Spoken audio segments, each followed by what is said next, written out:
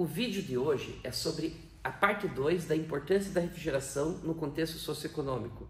Eu queria pedir para você, que já é inscrito nesse canal, leve esse canal para mais pessoas. Você que está vendo a primeira vez, se inscreva no canal, dá um joinha e ativa o sininho, para que a gente possa levar o conhecimento da refrigeração para as mais pessoas que tenham maravilhosas no Brasil e no mundo. Hoje nós vamos falar sobre a importância da refrigeração no contexto socioeconômico e também a questão de emprego na área de refrigeração e ar-condicionado. O Instituto Internacional de Refrigeração estima que 15 milhões de pessoas no mundo trabalham com refrigeração e ar-condicionado. Isso dá mais ou menos em torno de 5 trabalhadores a cada 1000 pessoas que trabalham. É uma quantidade, digamos assim, representativa. E já em países tropicais, por exemplo, na Austrália, estima que tem 300 mil pessoas trabalhando com refrigeração e ar-condicionado na Austrália. Existem 20 mil empresas que trabalham com refrigeração e ar-condicionado e chegam a estimar que da população ativa, 2,5% dos empregos são de refrigeração e ar-condicionado. Só para vocês terem uma ideia, no Brasil esse número é bem mais baixo, mas um país tropical que nem a Austrália mostra qual que é o potencial da refrigeração e ar-condicionado no Brasil, se a gente levar essa profissão a sério. E o Brasil tem atualmente uma estimativa de 100 mil pessoas trabalhando com refrigeração e ar-condicionado, que isso dá 0,4% olhando o total da população. Então, ainda a gente tem grandes possibilidades. Como é que pode um país que nem a Austrália, com tão pouco habitante, ter 300 mil e um país que nem o Brasil só ter 100 mil? Obviamente o Brasil é muito maior. Claro, a Austrália é um país maravilhoso, mas o Brasil é muito maior que a Austrália e tem muito mais possibilidade de empregabilidade na área de refrigeração e ar-condicionado. A gente tem desde a área de uma sala cirúrgica, tomografia, ressonância magnética, salas limpas, data centers. Então a gente tem uma empregabilidade nessa área. Então, por favor, pense em entrar na área de refrigeração. Nos Estados Unidos, o emprego de mecânicos, instaladores de refrigeração, aquecimento, ventilação, a estimativa é que de 2016 a 2026 teria um crescimento de 15% mais rápido do que a média de todas as outras ocupações, que é 7%. Então, até nos Estados Unidos, existe um grande crescimento na área de refrigeração e ar-condicionado. Por isso que eu falo para você, quer entrar numa área internacional? Entre para a refrigeração e ar-condicionado. Quer saber mais de refrigeração e ar-condicionado no Brasil? Se inscreva nesse canal, ativa o sininho e dá um joinha. Mas também conheça a FAPRO, a Faculdade Profissional e ETP, que é a maior instituição privada do país na refrigeração e ar-condicionado. O setor de refrigeração, incluído ar-condicionado, consome cerca de 20% da eletricidade geral usada no mundo inteiro. Então, olha a oportunidade na área de sustentabilidade de aumentar a eficiência na área de refrigeração e ar-condicionado. E existe também a questão do GWP, que é o efeito estufa dos fluidos refrigerantes. Então, o aquecimento global e a refrigeração são coisas que estão altamente conectados. Só para vocês terem uma ideia, das 17 áreas fundamentais da ONU, você tem 11 áreas que estão conectadas com a refrigeração e ar-condicionado. Só para vocês terem uma ideia, existe uma estimativa que o número de ar-condicionado do que está instalado hoje, poderá dobrar, segundo o IR, até 2050, mas o Instituto Internacional de Energia já fala diferente. Ele fala que pode ser que triplique a quantidade de ar-condicionado, né? Isso mesmo. Então, o Instituto Internacional de Energia, eles estimam que de 2018 a 2050 o ar-condicionado vai triplicar a capacidade instalada. Só para vocês terem uma ideia, em torno, segundo o IR, 7,8% das emissões globais tem a ver com a refrigeração e ar-condicionado. É muita coisa, é assustador. Então nós temos uma grande responsabilidade que trabalhamos no dia a dia com refrigeração e ar-condicionado.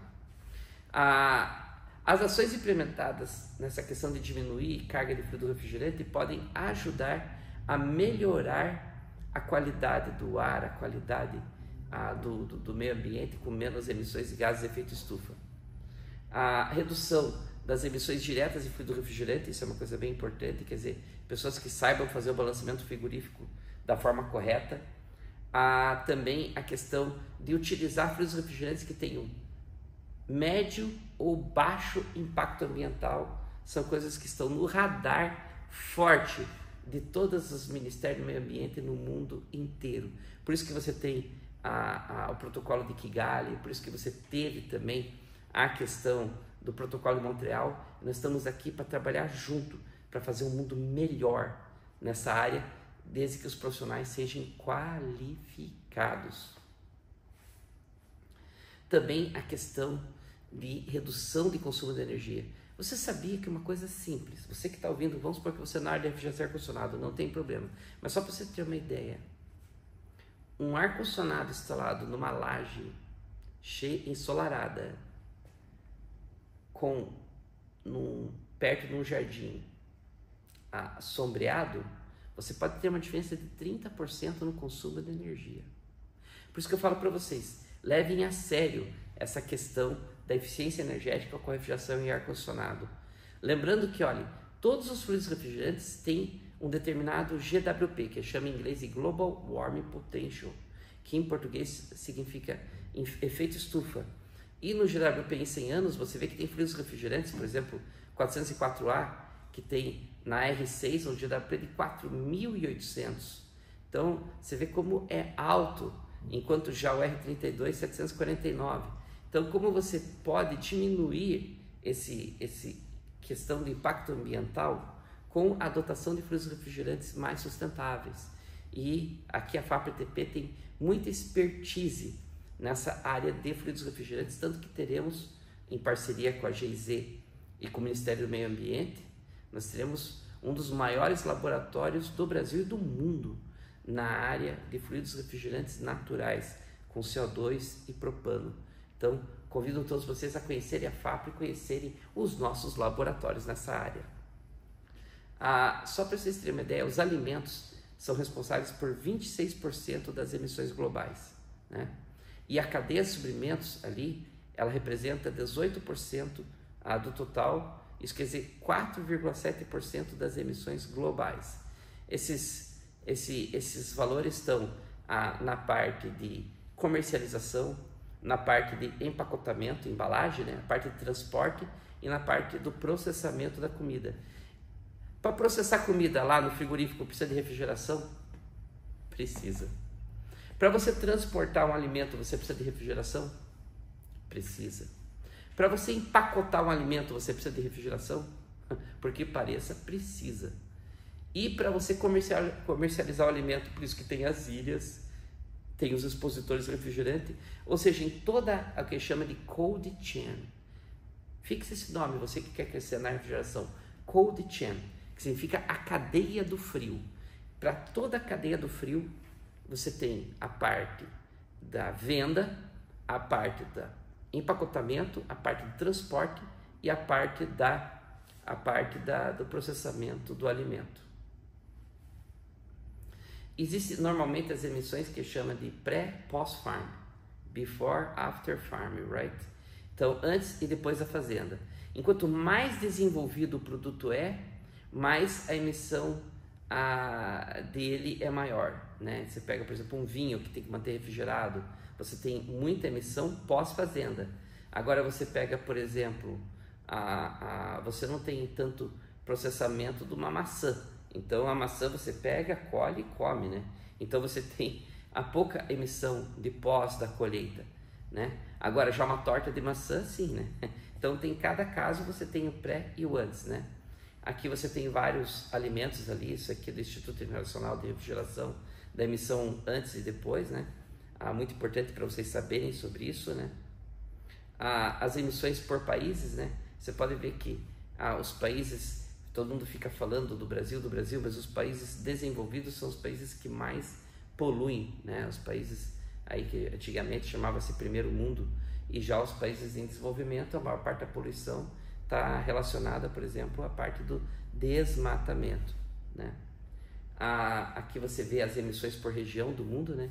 Então você pode ver que em todas as regiões o que tem de normal é que sempre a poluição, infelizmente, está crescendo, o que vai levar a um aquecimento global. Isso é visível.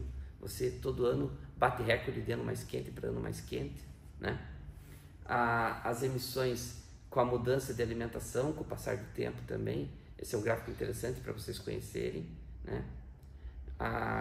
E agora que é o preocupante. O crescimento populacional, ele acontece em áreas onde você tem a menor cadeia do frio. Isso quer dizer o quê? Que você não vai ter situação de você comprar na África uma laranja feita na França. Na verdade, você vai usar uma laranja feita na África. Então, você vai comprar, você vai querer o alimento feito lá. E como a população está crescendo na África, nos países, digamos assim, que estão em desenvolvimento, né?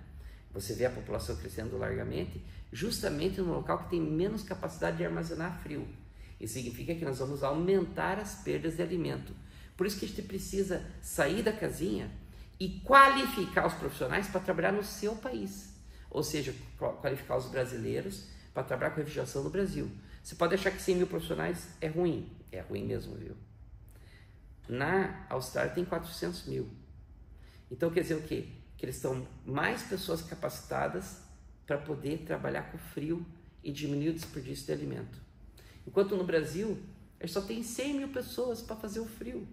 Isso contando que a maioria deles é por ar-condicionado. Então significa que a gente vai desperdiçar muito alimento, porque não tem capacidade de armazenar esse alimento. Passa-se a ser emergencial a qualificação de pessoas na área de refrigeração e ar-condicionado. E a FAPRETP é o lugar certo para você receber essa qualificação. Então, fiquem bem atentos a essa questão do crescimento das áreas. Por isso que eu digo para vocês, foquem bastante em curtir as mídias sociais da FAPRETP, que a gente sempre vai levar conhecimento aí para vocês. Também a gente tem essa questão das perdas, que a gente tem que diminuir. Hoje em dia, 24% da poluição pode ser atribuída a alimentos que não são comidos. Que pecado! Esses alimentos que não são comidos são desperdiçados, vão para o lixo. A importância de ter mais pessoas qualificadas na área de refrigeração e ar-condicionado. Agora vem um dado interessante.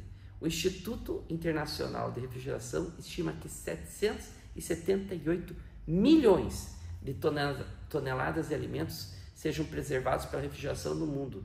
Teoricamente, 1,66 bilhões deveriam se beneficiar da refrigeração. Então isso quer dizer o quê? Que a gente tem ainda um déficit de praticamente 900 milhões de toneladas que deveriam ter refrigeração e não tem. Por isso diminui a vida útil do produto.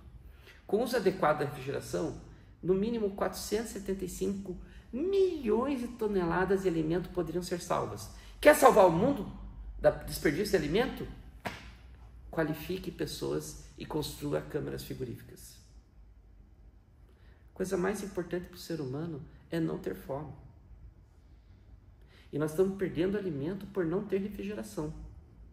E não ter refrigeração porque as pessoas não estão optando. Às vezes nem é, por exemplo, a nossa instituição de ensino. Podemos receber mais e mais e mais alunos. Vai ter emprego, não só no Brasil, como no mundo inteiro.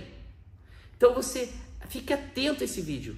Quer aprender uma área que você vai usar no mundo inteiro? Vem para a refrigeração. As cadeias de financiamentos perdidos são responsáveis por 4%. Só o desperdício de alimento dá 4% das emissões globais dos gases de efeito estufa. A falta de pré-resfriamento é estimada por quase 50% das perdas de alimento. Então, como vocês viram, 50% dessas perdas responsável por praticamente 4% das emissões globais. Por isso que eu falo para você, quer se qualificar, quer entrar numa área que você pode ir para o mundo inteiro, vem para a FAPRETP. Aproveita alguns nossos cursos. E você que já está na área, fique inscrito nesse canal e sempre dê um joinha para ajudar a gente e ativar o sininho. Meu muito obrigado e tudo de bom para vocês.